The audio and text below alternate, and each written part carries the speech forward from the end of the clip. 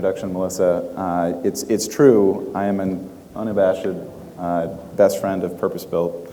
I'm technically not allowed to have favorites in community development, so I see that we're being recorded, and I've already gotten myself into trouble by saying that.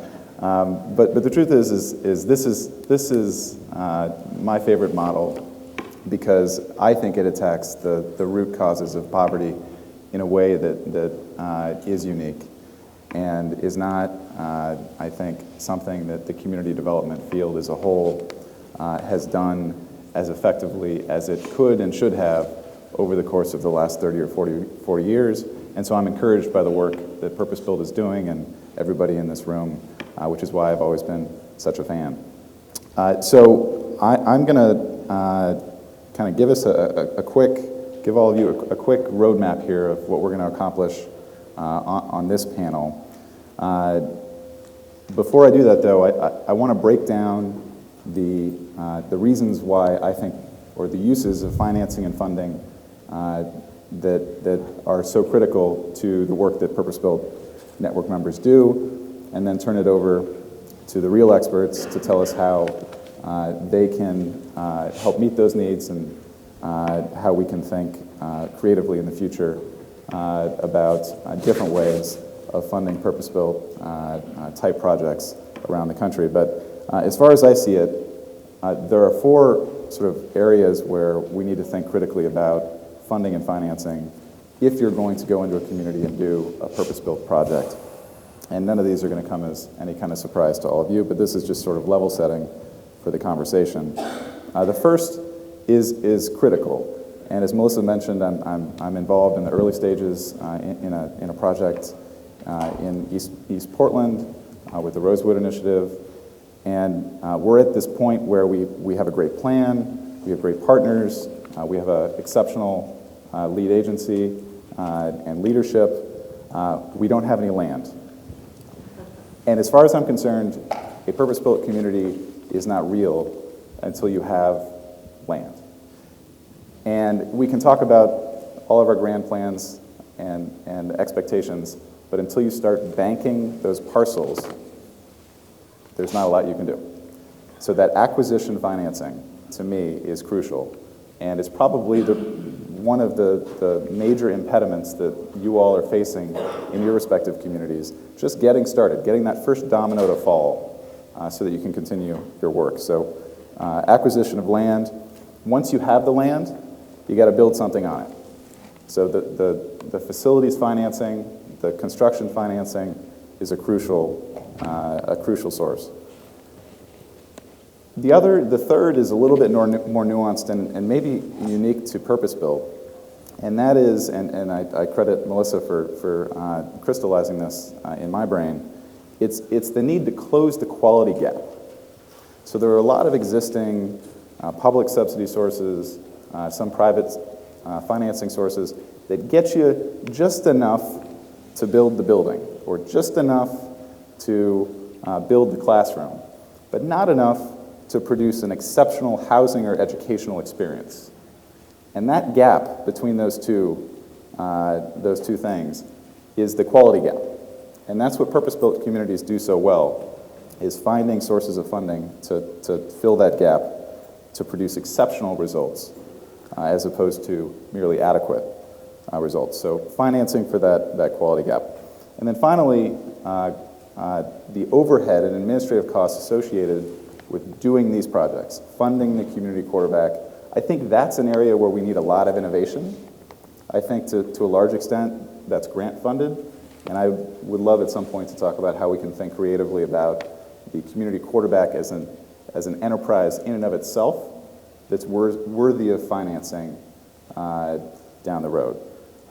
So those are kind of the four buckets that I see funding and financing being crucial to the work that you all do. But as I said, I'm not the expert in all this, and I'm going to turn it over now to the folks that are.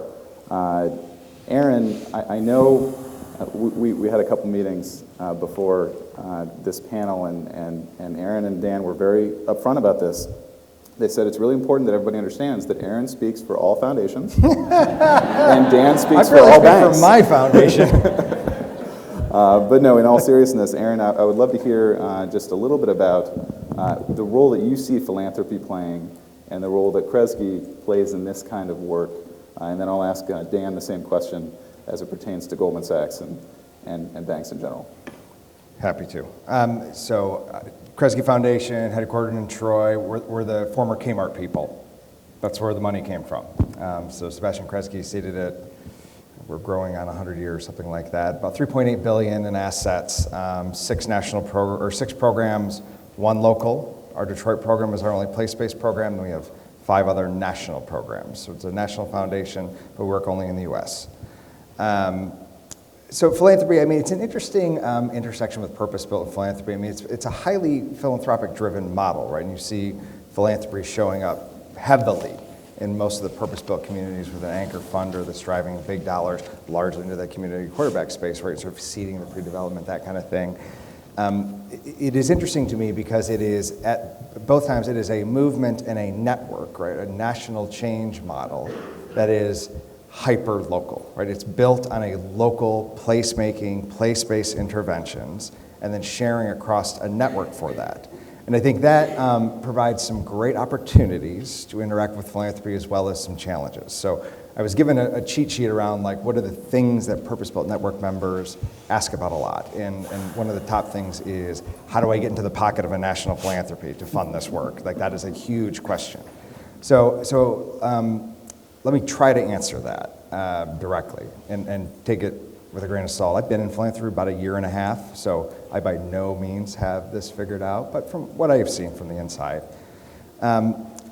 national foundations tend to be place agnostic, except for the places that they care about deeply, right? So for like the Kresge Foundation, we care deeply about Detroit. It is what we are most known for. It's our largest grant-making program. We spend a lot of time and a lot of effort in Detroit. Detroit is our special flower. It's our favorite child. It's the thing that we care about.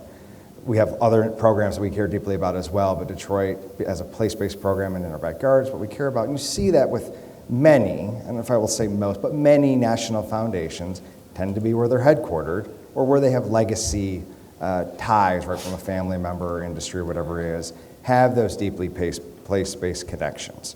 So when you are thinking about who could my philanthropic partner be, when you were talking about what this is a place-based intervention, the people who care about your place are your closest allies, right, and your closest friends. That is where you're going to start. The idea that you're going to walk in the door to a national philanthropy that doesn't have a tie to your community and sell them on a place-based intervention, I'm not saying it never happens. I'm just saying it is a low likelihood of being the thing that grabs traction. Because there is need everywhere in this country. That need is growing, right? And those problems are not unique to any one place. And what national philanthropies like to do is find a unique intervention that has local application, that has measurable results, and has massive scale to it, right? So you think about things that philanthropies have done over the past that are less known, right? You think about there's an affordable housing crisis. Well, so the MacArthur Foundation put a bunch of money into affordable housing, but created most of the mechanisms at this point that we use to preserve affordable housing in this country.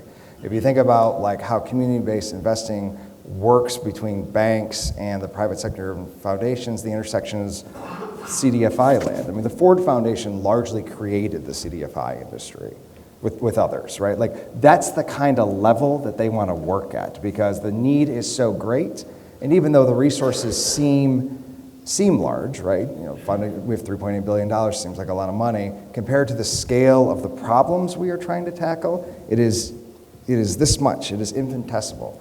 So you have to be very strategic about the way that you deploy those dollars and that what you layer capital into is not only leveraging massive amounts of capital in other places, but it provides a real opportunity to move the needle across the problem. As I say, foundations tend to not care about places. They care about people, they care about populations, they care about problems.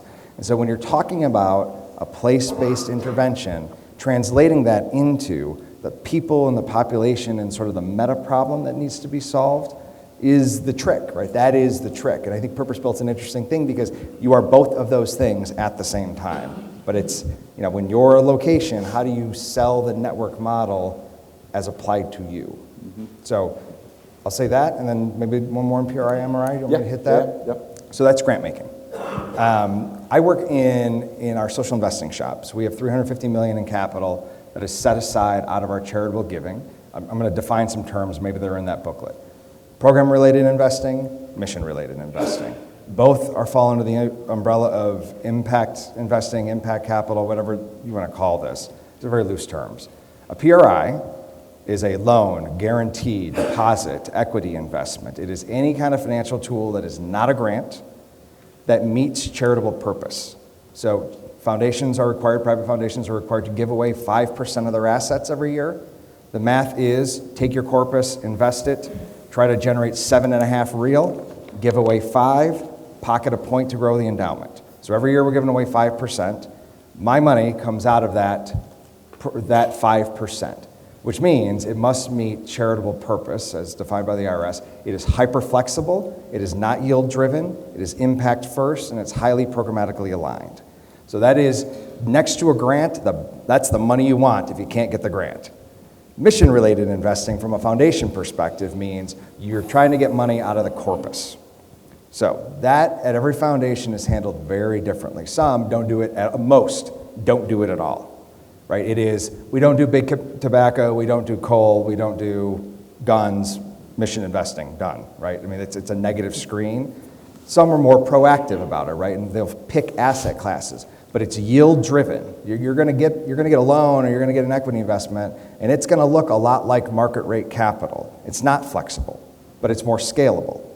So you gotta think about the tool that you're asking for and making sure that the people that you're asking for it actually have that tool. I will just tell you, having worked in the foundation for a year, you do not want to be the first person to walk in the door and say, you should really do a PRI to me. If they've never done a PRI before, it is not the thing that you ought to chase. So know your audience, know the tool. I'm gonna stop.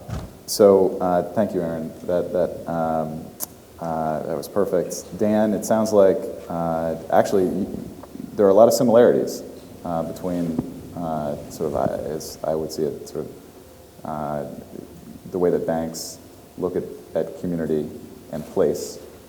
We have many banks that are very large, that are both everywhere and nowhere at the same time, except for those places that they care deeply about, largely because of the Community Reinvestment Act, which has made them care about those places. How do banks think about place and place-based investment? Is it similar? And the other question I want to layer onto that is I think there is a distinction between sort of a philanthropic orientation around people and programs and a bank orientation around product. So can you speak a little bit about sort of when somebody walks in the door and says, I have a project, do you need them to translate that into a product, or is that something that a bank can help them understand?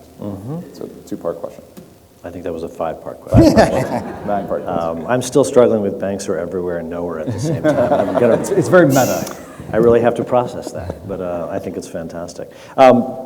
Happy to take on those questions, and first of all, just delighted to be here. The work that you're all doing is remarkable. I sit on a board with Carol, and I've sort of watched what you've all been doing. That board is the Low Income Investment Fund, and they're financing some of this work, so I've seen it, up close. Look, maybe it's hard to stand up here as a representative of the banking industry, either that or Goldman Sachs. I have to pick my poison. But I think the discussion today is a little bit about how to approach banks, where they are, and what incents them. And so I think to answer your question, look, you'll have folks in a community development group who will think about place and who will think about community development, but at the end of the day, they're living in a big machine, and they have a product, and they have to get that product out, and they're motivated primarily by volume, and they're motivated primarily by the path of least resistance. And so while banks have, what some people call as a credit box, I can do these kinds of things, I have these kinds of parameters, that box has been getting a little smaller over time for a bunch of reasons we can talk about, while the work that you're all doing has been expanding that box. And so I think the challenge is to kind of intermediate that. And so I'll talk a little bit about where banks are. I'll talk a little bit about the work that you're doing, but I do think, we should not despair, because I think banks will do some of this work. They have done some of this work. Back to your framing about the fact that your work is in buildings, it's in programs, and it's in operations. There are some things that banks can finance, some things that they don't. There is an intermediary, and I know some people have heard about what a CDFI is. I know that there are some here. So I think at the end, we really want to get back to some of the CDFIs. And just very quickly, I'd love for anybody associated with a CDFI or working in one just to raise their hand quickly.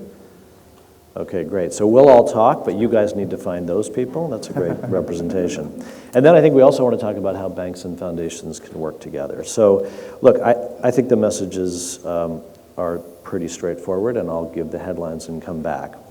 We do this work, and there are strong players in community development. In my team at Goldman Sachs, we have a team of about 25 people. We operate in a certain couple of geographies. We finance affordable housing and charter schools and healthcare clinics. But we have a very small team, and we have a lot to do. So, by definition, we're focusing on those projects in our geographies, and CRA, as Ian noted, will limit and in fact constrain some banks to work in specific geographies. Every bank has geographies. Sometimes they can go out. We can talk about where, how, and why. So they will operate in those geographies with the product set that they have, and do the things that they're most familiar with. And we talked about this earlier. Banks like to do the same thing 100 times. It's easier, it's faster, you get to what your incentives are, and CRA even drives some of that incentive, rather than doing 100 different things, as a comparison. So, and by the way, I'm speaking about banks as a monolith. You are all in different communities, you all have different relationships. You may know a credit union, you may know a national bank, you may know a regional bank. There are some differences there, but I tried to sort of talk a little bit about what the commonalities are and then what the limitations are. So I think in general, look, banks are investing in community development projects. They want to do it, they like to do it. You'll find people who find this work engaging and really want to get engaged. You'll also find that there's only a certain amount of things they can do. They are primarily motivated by the CRA, and I know the CRA is some people have a good sense of it, some people don't. That literally can limit a bank as to where it's investing. It can limit a bank into what it is investing, and it can limit a bank in terms of the parameters in which it can make investments, literally what the income levels are, what census tract it sits in, things like that. And as I said, that the credit box is getting a little smaller for different reasons. I have to be careful. That's the no whining and nobody should weep for any bank sort of part of the speech. Banks should do more. They need to do more. Some banks are great, some banks are not so great. What banks struggle with a little bit, and sorry, just to add, there's more of a pressure on safety and soundness. There's more pressure on sort of efficiency that's leading banks to kind of pick the easier projects to do. Banks struggle with financing land acquisition, for instance. Banks struggle with financing newer startup entities. Banks struggle with something that's needed for a longer period of time as opposed to a shorter period of time, or a lower and flexible rate, or things that have, that sort of go outside their box in terms of loan to value ratios. And they're better at buildings than they are at programs. That just sort of comes down to that. Having said all that, by the way, and I know some of you have this, if you had, a $25 million project that was with the low-income housing tax credit, and it was in a place where there were a number of banks, they'll be like sharks in the water to get that project, because that's something that banks need and want, which we can talk a little bit about. But if you're in an area where there are not banks, and you're financing something that maybe has, a charter school with a healthcare center on the second floor with some residential apartments above, and it's maybe a smaller deal or more complicated, et cetera, it's a struggle to put that together. So at the end of the day, and I'll wrap up with these couple of things, banks will do certain things, but CDFIs have come into that breach. They've been around forever. They leverage dollars. They receive them from banks. They pool them together with grants from foundation. Then they go to groups like yours, much more patient capital, much more flexible capital, providing technical assistance as well as financing, and they're able to finance these projects. And by the way, they can take the lead on that and then bring a bank in and say, look, you were sort of too dumb to figure out this was a great opportunity. Why don't we give you the easy peasy 50% piece, and then we'll do the next 20%, and then we'll get Aaron to do the 30% high risk piece, because he'll do that all day long, I hear. So CDFIs are good at that, and I think that's a tool. If you have a great bank relationship, use it, build your story, we'll talk more about it. If you don't, I would try to find a CDFI and then think about how those could be combined. I think last, and I'll just touch on this and we can get back to it if there's any interest. I think too often banks are seen in one silo and foundations are seen in a different silo. And I think there's a real opportunity, and Kresge has been a huge leader in doing this, and we've worked together, where foundations can come into a transaction, and instead of providing a huge grant, although they might provide some grant, they can also provide some credit enhancement or guarantee to help a bank stretch a little bit further than they might have, knowing that there's a backstop, which allows somebody to absorb that risk that they're comfortable with and doesn't necessitate that they have to put money into it. So it could be a guarantee that can be used over and over and over, and you're maximizing some of the private financing. So banks and foundations are holding hands, I think, in ways that they haven't always done before, and we should try to exploit that model. Yeah, so I'd love to actually go there next. I think that purpose-built is the ultimate program busting model, and I think what you're talking about is a really interesting sort of financing silo busting model. Can you talk a little bit, Aaron, in your experience? I know Kresge has been a leader in this. What role have you played in supporting banks, bringing senior lenders to the table like banks? Any examples that you can maybe walk us through so we can get a better sense of what that means? Yeah, so as I said, I sit inside the social investment practice, debt, equity, guarantees, deposits. We want our money back. That's the model. The guarantee tool we find, and I would encourage you all to, we just released this video on guarantees, so if you want to boost our Twitter analytics, if you Google Kresge and guarantees, you'll see foundations are like, our CIO says all the time, like the last AAA credit left on the planet, right? They're giant assets, they're totally unlevered, and they're relatively liquid. So we can take risk with that balance sheet, right? We can say Kresge and its platinum balance sheet will provide a 15% first loss in this fund around this asset class on this deployment schedule. What that allows us to do is A, not spend any money. B, attract outside capital, right? So foundations can take risk in ways, because particularly for us, it would have been grant dollars anyways.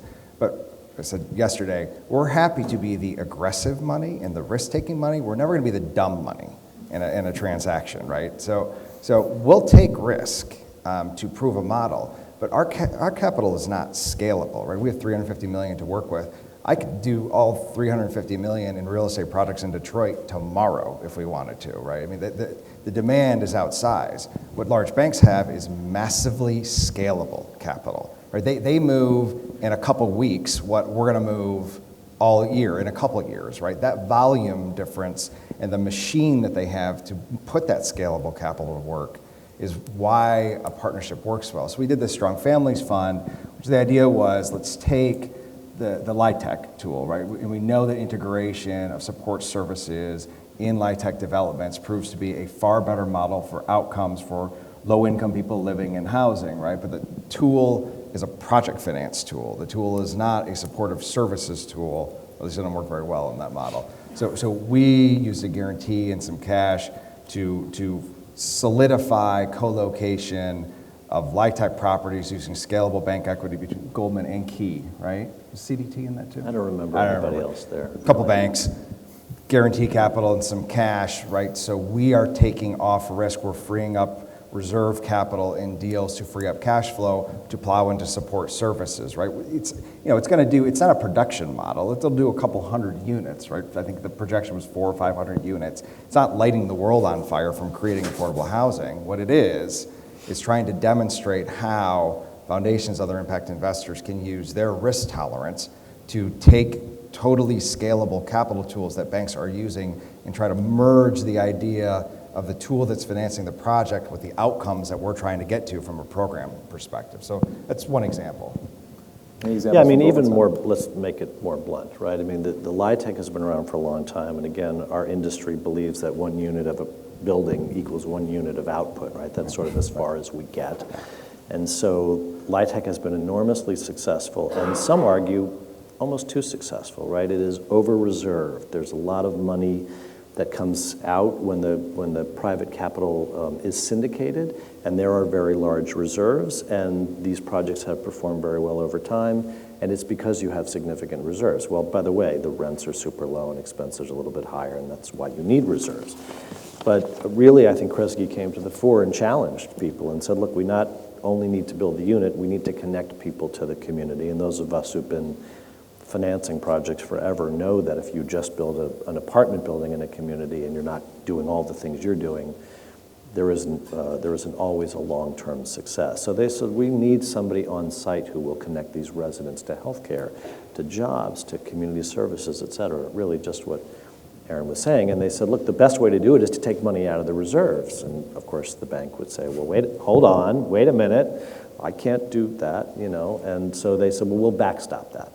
And so literally that's what happened. And so that seems fundamental, but it actually is literally, I think, the first time I've heard of it ever, and I've been doing this since 1852. And it's a pretty small amount of money to fund a resident services person for one LIHTC project. And so it's pretty revolutionary, I think. Early days, outcomes still to be determined, but breaking that mold a little bit and changing that model is really kind of fantastic, and it did not take a lot of money. It just took a different way for a bank and a foundation to work together where Kresge just said, look, we're not putting money into this deal, but I will tell you if your reserves ever do get drawn down and you needed that money that we use for the resident services manager, we'll fund that for you, right? So we'll see where we go. It's pretty exciting. So it sounds like there are great sources of financing and funding for particular aspects of purpose-built community projects within the banking community, certainly within the philanthropic community. There's great partnership examples. There's the financial intermediation that we talked about, CDFIs playing a critical role in this work. But I really want to kind of pivot here and address the question that's posed by the title of the panel, which is there a better way? And I think if you asked everybody in this room, they'd say that it's still really hard to do this work. And maybe it should be hard. Right? Maybe it should be hard. This is transformational, neighborhood scale, cross-sector, cross-discipline work to interrupt the cycle of intergenerational poverty. That's a big deal. And maybe the financing to do that work needs to be equally hard. And that's just the reality. But I hope it's not, because we want to scale this model. We want to do this in more places. And I was really struck and I want to pose this question and get your feedback, and then I want to turn it over to the audience because I suspect there are many, many questions from you all. But I was really struck by Warren Buffett's comments yesterday for a lot of reasons. Obviously, he's brilliant. But he made this point about how the U.S. economy has accelerated at an exponential rate since he was born in 1930, I believe. And looking ahead, he was somewhat bullish about the United States being able to replicate that growth rate going forward. And the reason for that was we had built such a strong economic base. We were almost too successful that to expect exponential growth on top of that would be unrealistic. But he wasn't concerned about that because a 2% growth rate and a 1.2% population growth rate still creates enormous opportunity for a lot of Americans. I mention that only because that economic base is not evenly distributed. So at a macroeconomic level, of course, he's absolutely right. That growth rate is going to be capped. But to me, these neighborhoods of disinvestment are actually huge opportunities to exceed that growth rate. And I feel like there's value trapped in these neighborhoods, unlocking the economic potential of people that have never had access to the opportunity that the macroeconomy would otherwise suggest. Unlocking that value potential in these communities could potentially produce massive gains that vastly exceed the 2% aggregate growth rate across the entire economy. So I guess my question is partly philosophical, partly technical. As investors, how do we unlock that value in a more efficient way? How do we target these communities as the value-generating enterprises that they could be, using a combination of philanthropic and bank capital and CDFI capital? Yeah. I think there are a bunch of answers, and I'll take a shot in there, and you can help me and correct me. Look, I think at the end of the day, this is all about the difference between the perception of risk and the actual risk. And I think sometimes there's a perception of risk and there isn't risk, and sometimes there's a perception of risk because there is real risk. And I think you have to sort of think about that as a little bit of as a continuum, and you have to find people who don't believe there's a gap there and can help you move through that gap. So maybe it's somebody to go in early, help you acquire the land. That probably won't be banks in the main. And so maybe there's some way to figure that out. But that can begin as you move through a project to continue to de-risk a little bit until you find somebody who doesn't believe there's a gap there. I just think that's an overarching issue, and I think that's where CDFIs, again, play a major role, foundations, others, and some banks. Look, I also don't know all of your experiences, and I think part of my questions back are, why is it hard? I have some assumptions about that. Is that because the projects are too small? Is that because they are super risky? Is that because you're sort of going out and asking for money in entities that might be new and don't have track records? I think there are different issues around there, but all told, it's pretty clear this model is working. And I think we heard from the New Orleans example, 10 years later, there's something really strong to point to. Part of the issue is Raleigh may not look like New Orleans, may not look like Indianapolis, et cetera. And so, again, for most of the conventional financing industry, they like certainty, they like to look at a track record, they like to sort of understand that what is going to be done has been done before, and that there's a good chance for them to both get a return of capital, but to get some return on capital. And that's a challenge. And then you get into a debate about how much that should all be, and that's a different conversation. So, the model is working. It needs to be continued to raised up.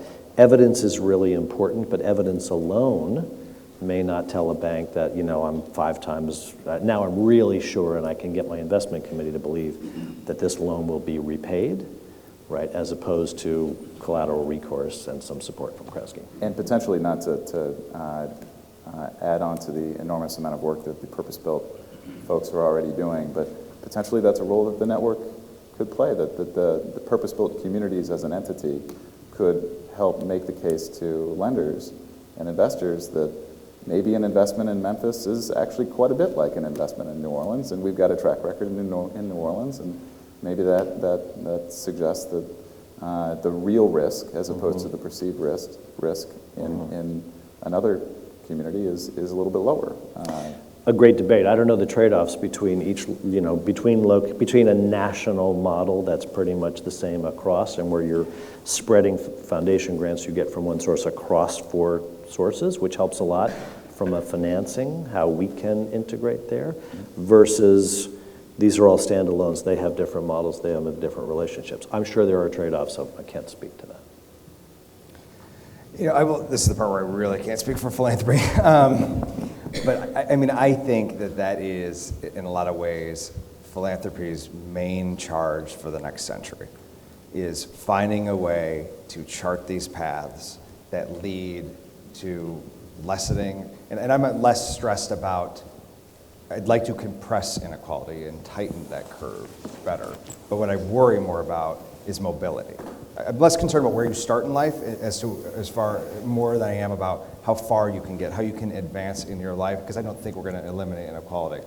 But what is terrifying to me, it's why I came into philanthropy, is that we seem to be getting stuck, and that things are not only getting worse, but there's no opportunity for them to get better, right? This ceiling is becoming firm on low-income populations. And so I think that is, I just think that is philanthropy's single responsibility, to find those pathways that banks and government are not going to lead on. I do think that we are at a unique moment in time where most of our interventions and the way that we've allocated resources in this country, which I again will agree with Warren Buffett, is not a problem. We have lots of money, lots and lots and lots of money. It is not a problem of resources. It is a problem of resource allocation, right? And so, before we were able to do population level data analytics, you had a crime problem. Well, let's just throw everybody in jail. Problem solved, right? We now know from a population level the massive destruction we have done to communities in this country. But making the case for an ounce of prevention on things that lead to crime and population health and all these sorts of things has been very difficult to make until the last 20 years. We can say now what that ounce of prevention costs and what the outcome will be. We've just been slower to adopt it. And I think, so foundations it is their job to break down those walls and find those pathways for people to get at the resources to the low-income communities that need them. I think the charge that I make to people, this is where I get in trouble a lot, it is the responsibility for everyone else in this room to start talking about your work in a different way, right? It is no longer, in my opinion, adequate to say, we produced 2,500 units of affordable housing. I mean, that's great. I'm glad that that happened, and housing is foundational to all the work that we want to do. But we have seen through the evidence the last 20 years or so that housing is not leading, period, not leading to social and economic mobility the way that we have said that it would. It hasn't. So what are the interventions on top of the ways that we work now that are leading to economic mobility, that are leading to new opportunities, and how do we validate those? And how are we going to be honest about the way that we have tried to intervene and have failed and are trying to do something different? Because if we can't break this ceiling on opportunity and mobility, I question what we're doing, right? I mean, rents going up, resources going down, bottom 50th percentile in wages shrinking. Our 60th percentile renters are going to be our 50th and 40th percentile renters in a decade, right? So these structures we build are not working for our people in the way that we need them to. So the challenge is to start talking about the outcomes of the people that we serve and being rigorous in our evaluation so we can make the case to the places that we are spending the money that this is a better intervention. Mm-hmm. And it's really hard to do because it's not how we're incentivized. But we have got to figure this out. We have to. I couldn't agree more, and I think that purpose-built network members have such a good story to tell. You guys are way ahead on this. Way ahead on this. And the reality is you're not in the housing business, you're not in the early childhood education business, you're not in the health business, you're in all of those businesses, but in a way that actually produces something even more important, which is transformational neighborhood and community change. And if I were you, and if I were in your position, I would be calling up my local hospital system, I'd be calling up my local county commissioner, and I'd be saying, look, we are capable of eliminating a disparity that costs you a lot of money because we take this holistic, comprehensive approach to treating the determinants of the thing that costs you so much money. And so to the extent that you can translate your work into solving somebody's expensive problem, that frees up the resources and helps with the reallocation problem. Because if Kaiser is suddenly willing to pay you for closing a health disparity around childhood obesity, for example, or ensuring that older adults who are pre-hypertensive don't develop heart disease and the expensive complications that flow from that, if you can sell that to them as a product of your work because you take this comprehensive approach, there's a lot of money available that you can unlock and get off the sidelines for community development that's never been available before. So I think that translation, that case, that what you're producing is more than just the component parts of the model, but rather something bigger, I think is going to be really an important part of this transition, this evolution. Dan?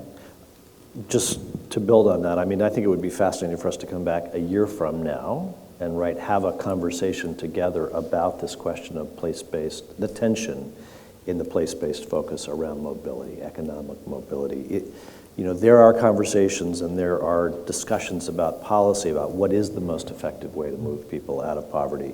And there are those who say, give everybody a voucher, access to the EITC, and increase the minimum wage, and eliminate HUD. I mean, that's a literal conversation that is happening in DC in certain places.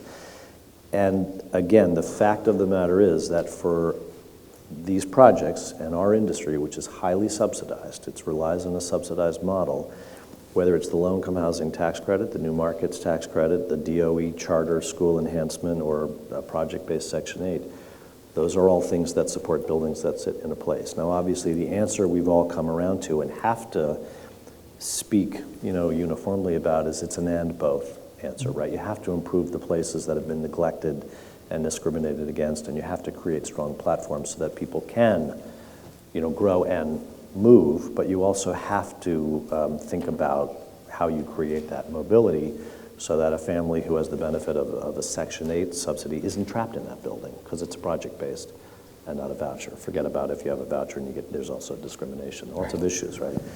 But I do think this is a core issue. It is a fundamental core issue in community development right now about how intentional we are, how we're creating these pathways. Are we helping people? Are we trapping people? In some ways, think about the Supreme Court case that's now challenging how the awards of low-income housing tax credits are being given out in Texas, right? Where they said it's led to segregation, you need to move to higher opportunity zones. Well, that's really hard, actually, for lots of reasons. So this is a fundamental issue, and I just think how this model responds to those set of questions is fascinating. It really will be fascinating. So I would love to. So can we come back? Yes. Okay, done. That's a yes. So Questions? this is the moment you've all been waiting for. Everything you always wanted to ask your local banker and program officer, but we're always too afraid to. I don't think we've gotten a Goldman Sachs, your local banker. I can try that. I'm not sure, but I'll talk to questions Brandon. from all of you for our panelists. Yeah, please. I think all that we've talked about are larger scale projects that are 3 years, $300,000 of additional soft costs, or if you're lucky. And so I'm very interested to point you to small scale organic infill, the main street that would have had 8 owners, maybe the size of an individual family house would be the cost of the project.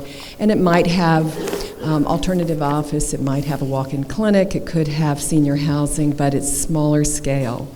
And it can be done by the local workforce. Freddie Mac has created the small balanced loan program that deliberately is 50% commercial mixed with residential. And I'm curious what path you might describe we would see follow. That there will be a checkbox when you go into your community bank and say, I want to do a Main Street infill project. And what's non-standard about it is it has less parking. I don't have to have as much land, I don't have as much hard costs, because there's some on-street parking, and it's walkable, and it's a mix of uses, and it's got connectivity. In fact, it has a bus stop.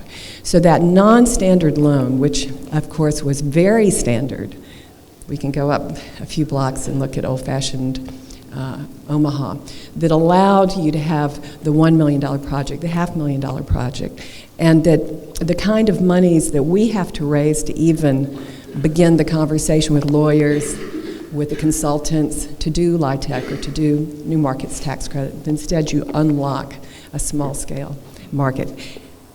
Will we, in a few years, be able to accelerate and have this invisible asset class unlocked?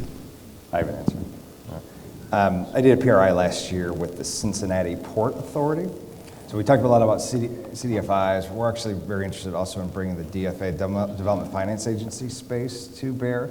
These are typically quasi-municipal, quasi-public agencies that, like by and large, they're tax-exempt bond issuers of one way, shape, or form.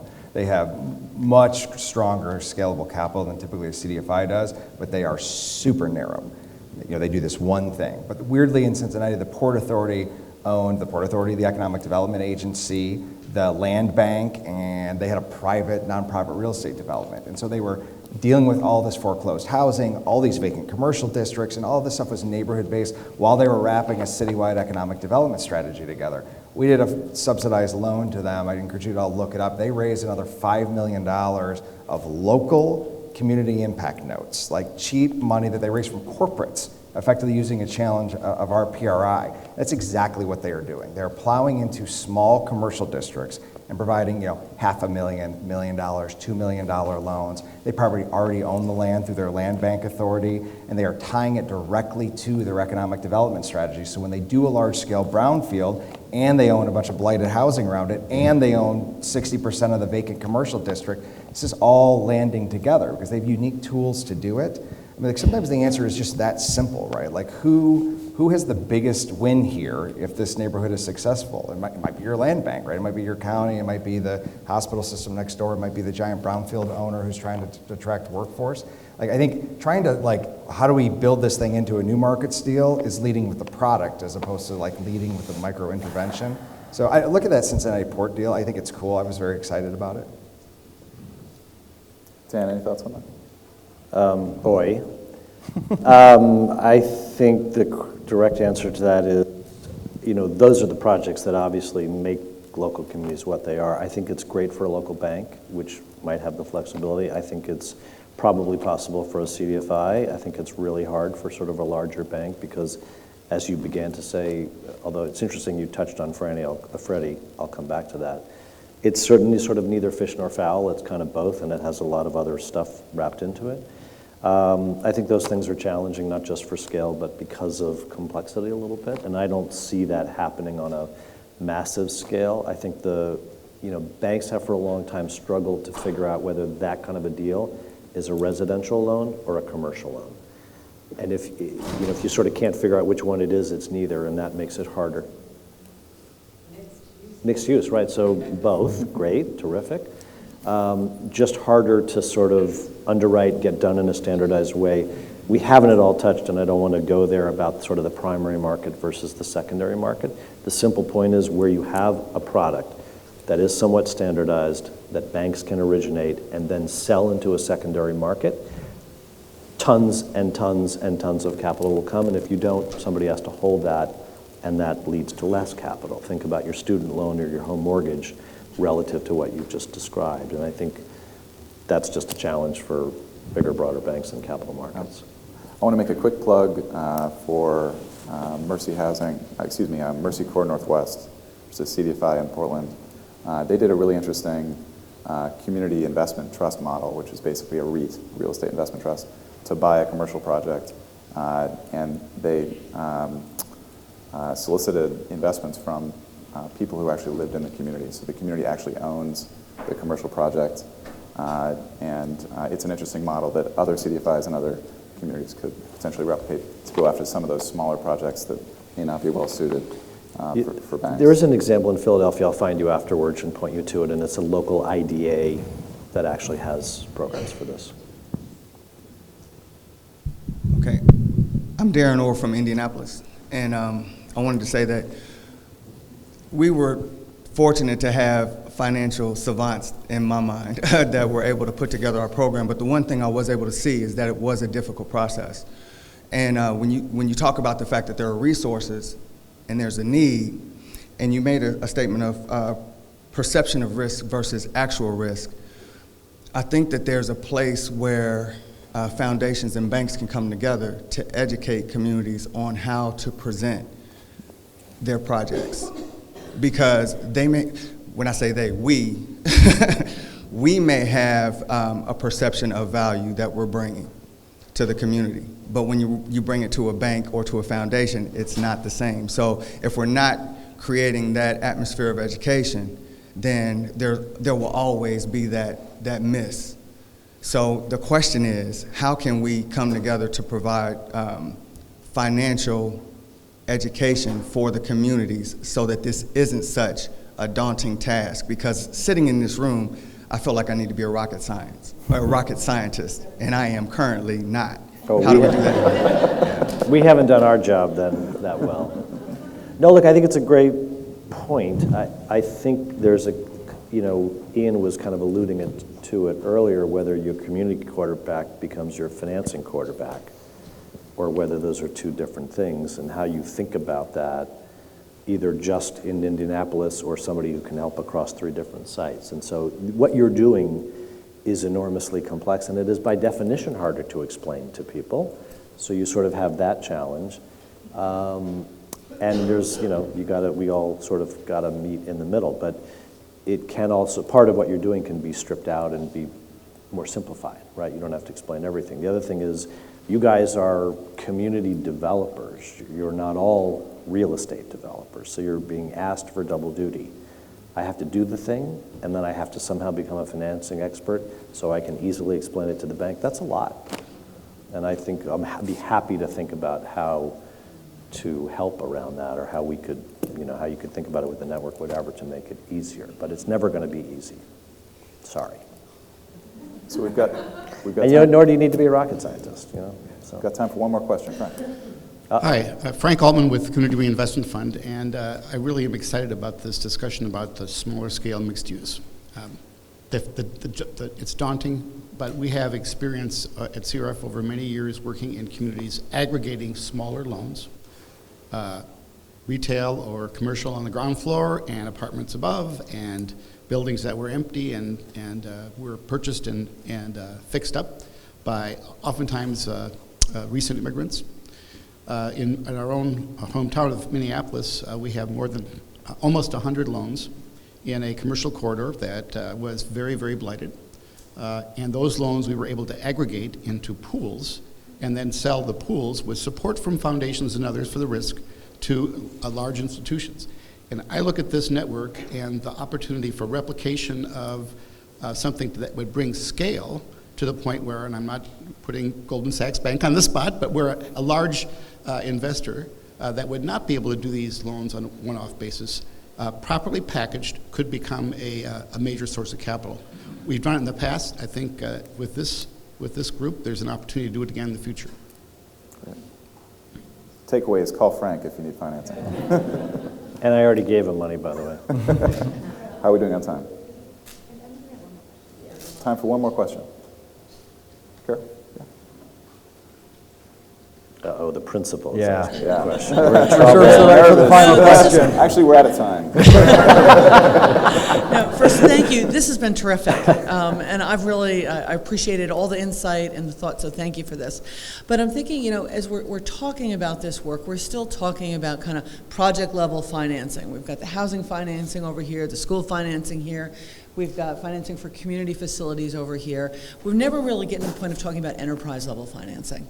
And that might be where I think we should be going, and I would rely on you all to be helping us think about the enterprise level financing for this kind of work, to be able to invest freely once you've invested in potentially a community quarterback and its plan, to let that community quarterback be able to make the decisions to invest in its community to get the kind of outcomes that you've contracted to.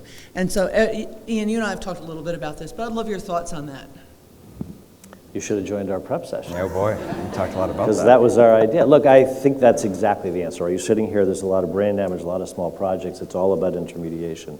I think at the end of the day, that makes total sense, right? Rather than sort of 52 different banks talking about 52 different projects spread across it, from an efficiency perspective, somebody would, of course, rather lend to an intermediary. Maybe it's a CDFI holding hands with purpose-built, or purpose-built becomes a CDFI, whatever, so that that capital can be downstreamed, and you can allocate it as you see fit, more flexibly across capital, across building, program, and operating. That just makes total sense. And I think banks would love to do that. And by the way, that's the CDFI, that's the bank to CDFI model. That entity has to be, a credit-worthy type of entity, but I think that is happening. The Housing Partnership Network has a bit of that model. And that exists, but whoever's either investing in that or lending to that needs to understand that that's a loan or an equity investment that makes sense, has a return, can be repaid, has some assets behind it, or a full guarantee by the Kresge Foundation. I would do that. Are we done? I think we should do it. Yeah, I think same answer, right? I mean, it's an easy execution when you're at an enterprise level finance for both the bank and for you, right? I mean, but how do you build yourself to the point where that is financeable, right? And so, I came from a bank. There's two sources of repayment, right? There's collateral and there's cash flow. And so, like, what do you do to manage that? I think it's incumbent upon the network to figure out how you attack both of those models, and then be realistic about what is actually financeable, and just what you have to do with grant dollars. I mean, we're a foundation. That's what we do. We talk about using the right tool all the time. So for many foundations, all they do is granting. If you're a hammer, everything looks like a nail, right? But if you think about the universe of things that you need, what has collateral value, what has cash flow potential, and what is purely infrastructure you need to support the value creation in those places that needs nothing but grant dollars to make happen. I mean, that is how I chunk it up at the enterprise level, right? Things I need free money for, things I need subsidized money for, and things that are conventionally financeable. And I think that's how every enterprise in the private sector thinks about its work. And it's kind of exciting because that actually would allow, you may have one purpose built over here which has some assets that are kind of under leveraged or had been donated or you didn't need a mortgage for, but you may have another purpose built over here which needs that lift to acquire that land. And if it was together in one entity, then you're sort of drawing capital to fund this, but you're pledging that. And if you could do that across communities, I think it allows for that flexibility to plug and play and shift in a way that you know better than any financing source. So it's exciting. I think it's really viable, but there needs to be some creditworthiness. And again, we'd be happy. Maybe that's our other goal for next year. Yeah, this, as Carol, I think this is the future of the model. I think one of the ways you get there is with these outcomes-based funding contracts, which is a really boring and technical subject. But I will put a plug in for the book outside, What Matters, which was a Federal Reserve partnership with NFF, which is a CDFI. And the point of that book is really to be a playbook for all of you to articulate your value proposition to systems that benefit when you succeed and translate that into a cash flow that you can then walk over to your local bank or local foundation when you're asking for a PRI and say, look, if we successfully close the gap with this group of low-income kids, if we successfully eliminate this health disparity, this criminal justice disparity, this economic disparity, you will write me a check for the value that we've created for you. And on the basis of that cash flow, I can now borrow to run my programs. So I would encourage you to go read that 500-page tome. There's lots of examples of how to do this, lots of prototypes, and Carol was a contributor to the book as well. So we're over time. Please join me in thanking the panel for that excellent conversation.